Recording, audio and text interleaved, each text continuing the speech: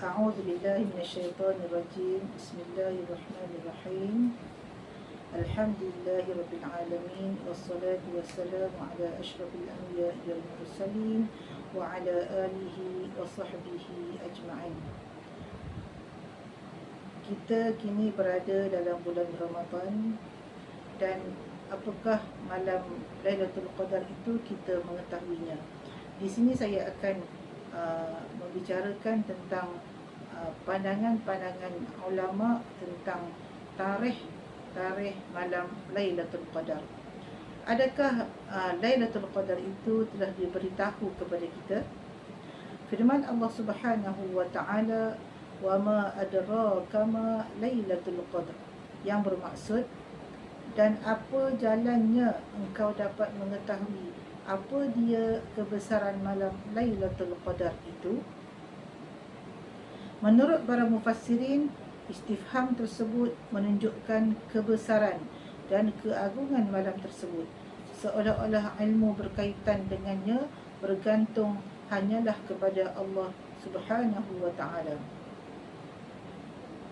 Menentukan malam Lailatul Qadar sehingga Al-Hafiz Ibn Hajar Al-Asqalani menganggarkan sebanyak 42 pendapat. Al-Hafiz Al-Iraqi pula mengatakan perselisihan pendapat sampai kepada 52 pendapat.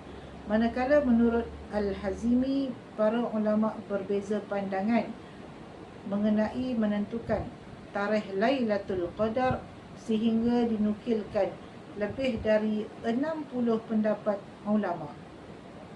Punca perselisihan ini, pandangan ini seperti mana yang dinyatakan oleh Abu Al-Abbas Al-Qurtubi, dan ini adalah pandangan-pandangan bagi para salaf dan ulama, dan sebabnya ialah kerana perbezaan hadis-hadis. Antara pendapat-pendapat tersebut ialah seperti berikut. Lailatul Qadar telah diangkat, tiada lagi Lailatul Qadar. Lailatul Qadar khusus pada 1 tahun pada zaman Nabi SAW. Pandangan ini ditolak oleh ijma' ulama. Yang seterusnya, Lailatul Qadar khusus pada bulan Ramadan dan mungkin berlaku pada mana-mana malam Ramadan tersebut. Seterusnya, Lailatul Qadar boleh berpindah dari 1 tahun ke 1 tahun dalam bulan Ramadan. Dinukilkan dari Abu Hanifah, Lailatul Qadar berlaku pada 1 malam khusus daripada Ramadan. Namun, ia tidak diketahui diriwayatkan dari Abu Yusuf dan Muhammad. Malam pertama Ramadan, pendapat Abu Razin Al-Uqaili. Malam nisfu Sya'ban, malam-malam separuh terakhir, 10 malam pertengahan dan terakhir, dan juga malam-malam 10 terakhir. Malam 21, malam 27, malam 29, dan ada lagi pendapat-pendapat ulama yang lain. Dari sini kita dapat rumuskan pandangan ulama. Selain daripada pandangan-pandangan di atas, banyak lagi pandangan-pandangan lain yang dinukilkan oleh para ulama. Dalam hadis Ibnu Abbas bersabda,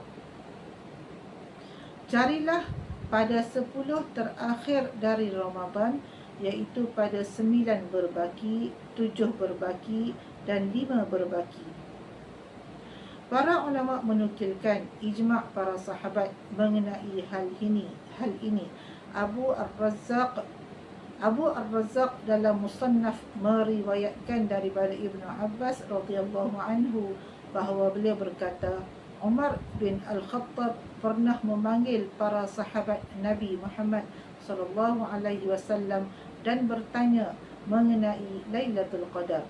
Mereka berijma' dan berpendapat bahawa ia berlaku pada 10 terakhir. Paling diharapkan ialah pada malam ganjil dalam 10 terakhir Ramadan.